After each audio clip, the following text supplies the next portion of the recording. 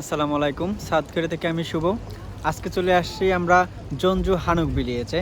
এখানে কোরিয়ানদের পুরাতন বাড়িঘর দেখা যায়, অনেক কিছু দেখার মতন আছে এবং রঙিন গাছ, সব মিলিয়ে অনেক সুন্দর পরিবেশ। আর ভিতরে অনেক পুরাতন ঘরবাড়ি আছে, সেগুলো মূলত দেখানোর চেষ্টা করব। হানুক ভিলেজটা দেখতে এমনিতে অনেক সুন্দর, তার ভিতরে গাছের পাতা রং হওয়ার জন্য আরও বেশি সুন্দর লাগতেছে। আর এখানের যে বাড়িঘরগুলো অনেক সুন্দর ডিজাইন করে তৈরি করা। আর সামনে যে আমাদের একটা গাছ দেখা যাচ্ছে, গাছের পাতাগুলো এত রং হয়ে গেছে, হলুদ রং হওয়ার জন্য মানে ফুটে উঠেছে। আর এখানে সবাই এসে ছবি তোলে, তার ভিতরে আমি একটু ভিডিও করলাম।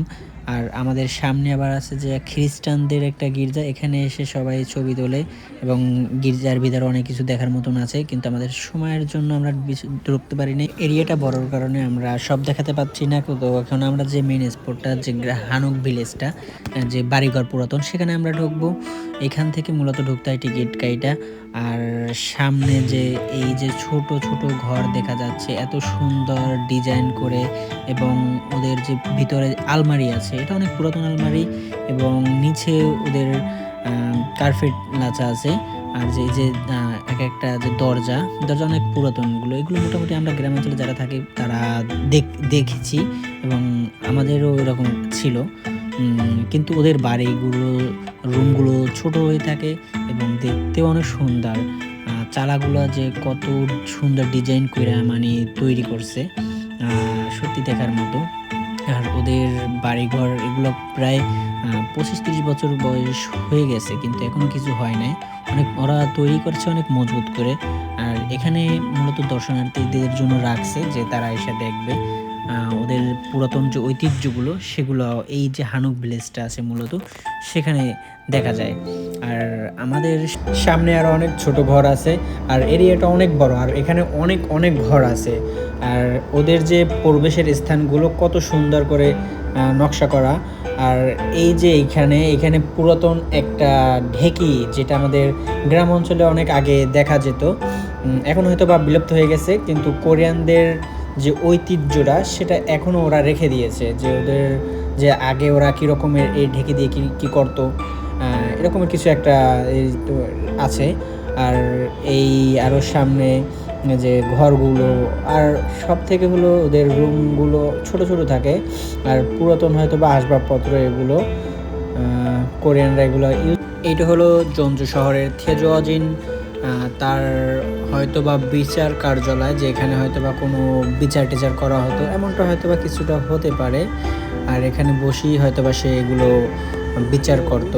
আর সেই পুরনো যে ইগুলো সেগুলো এখনও রেখে দিয়েছে, মূলত জানি না কি। তো আমাদের সামনেই দেখতে পেলাম যে খ্রিস্টানদের বিয়া, তো তাদের হয়তো বা এরকমেরভাবেই বিয়ে দেয়, আসলে মূলত জানি না।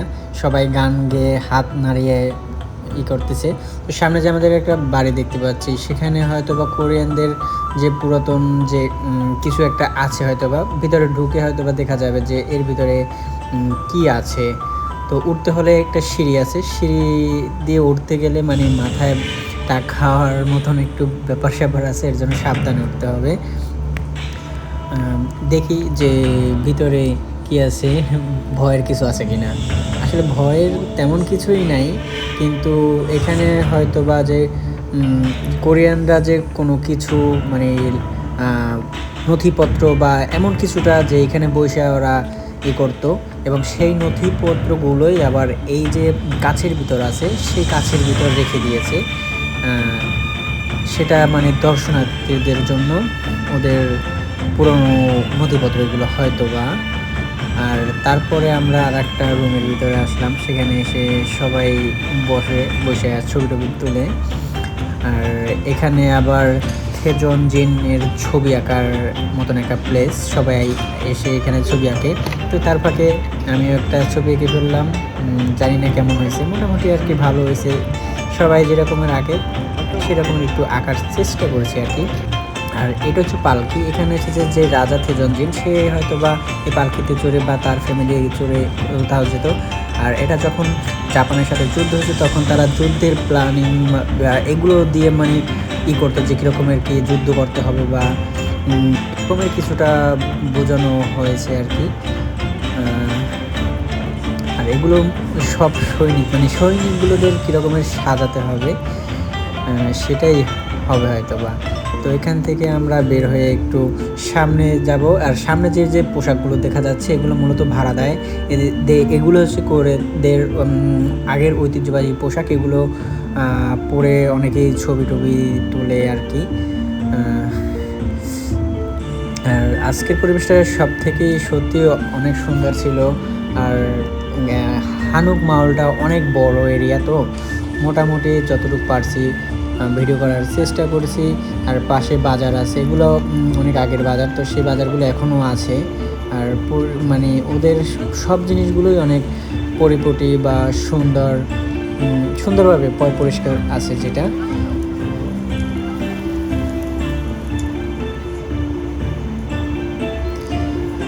এরপরে আমরা যাব যে খ্রিস্টানদের একটা আছে, সেখানে সবাই হাঁটাচলা বা করার পরে এখানে একটু বিশ্রাম নেয়। সেই বিশ্রামের ফাঁকে আবার গানও শোনায়।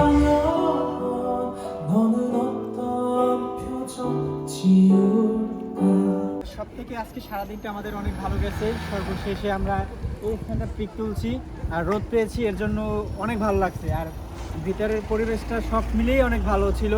আর যে এখন বর্তমান যে ঋতুটা ছিল এই গাছের পাতার জন্য এই ভিলেজ যে এটা অনেক সুন্দর দেখাইছে। আমরা যে আজকে জঞ্জু আসছি, জঞ্জু এসে মানে সবার একটু অনুভূতিটা যদি বলতেন সুমন সাহেব তাহলে অনেক ভালো হইতো। আপনার অনুভূতিটা কেমন ছিল? আনন্দময়, মনোমুগ্ধকর, সুন্দর পরিবেশ, সুন্দর লোক। ভাই আপনি কিছু বলেন যে আজকের পরিবেশটা বা আমরা যে ঘুরলাম যে কেমন কি দেখলেন বা কেমন লাগছে? এখানে ঘুরে দেখতে পাচ্ছি যে অনেক ভালো লাগছে, পরিবেশটা অনেক নিরিবিলি, অনেক মানে স্মার্টলি ঘুরে মানে কোরিয়ান কালচার সম্পর্কে অনেক কিছু জানতে পারলাম। এই আর কি, আমার কাছে অনেকই ভালো লাগছে।